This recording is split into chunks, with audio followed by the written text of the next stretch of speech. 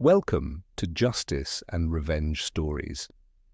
If you love emotional, suspenseful stories where betrayal meets its reckoning, make sure to subscribe, like, and share.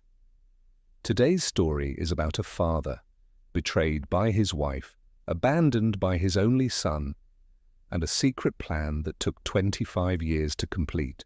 This is the story of the hidden sentence.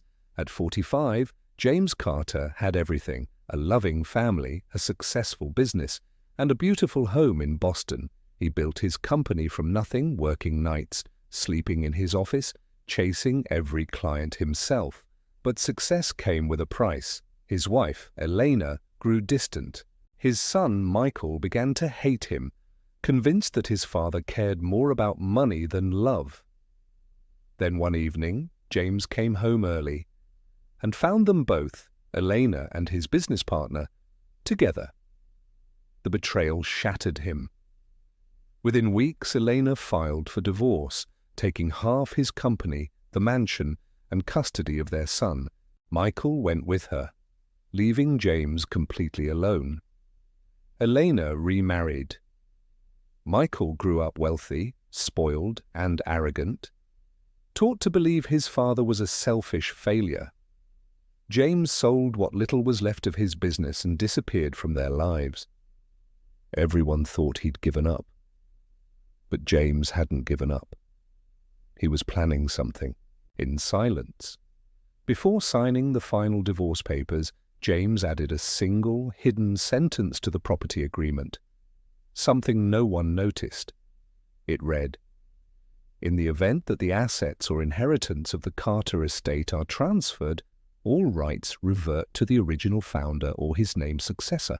It sounded harmless. Elena's lawyers ignored it, but James knew.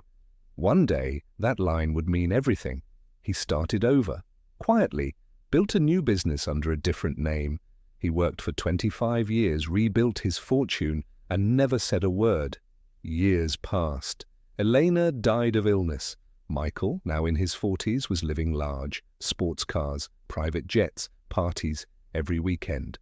Then came the reading of the will. James was invited, though no one expected him to show up.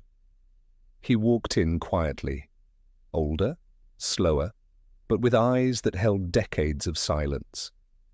Michael smirked, whispering, "You shouldn't be here, old man. Mum's empire is mine now." James said nothing. The lawyer opened the folder, his voice steady, as he began reading Elena's will. "To my beloved son, Michael Carter, I leave the entirety of my estate, company shares, and assets." Michael smiled. But then the lawyer paused, turned a page, and said, "However, due to Clause 14b of the original marital property division, ownership of these assets legally reverts to Mr. James Carter, the original founder." The room went silent.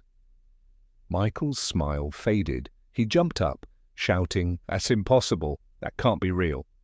The lawyer replied, "Your mother's attorneys missed it, Mr. Carter. The clause was valid, and it overrides her entire will."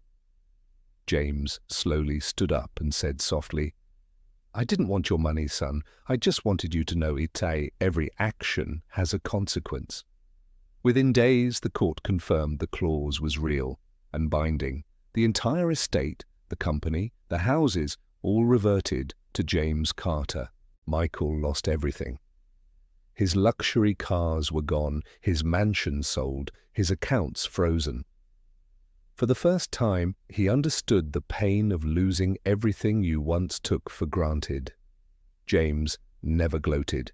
He quietly donated most of the fortune to charity and left the city once again.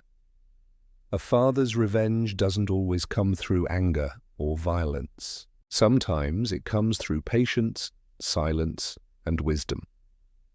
25 years ago, they took his company, his family, and his pride.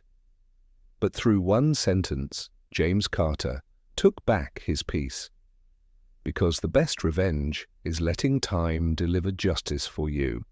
This was Justice and Revenge Stories. If you believe justice always finds its way, subscribe, like, and share this video, because somewhere out there, another story of betrayal is waiting to be told.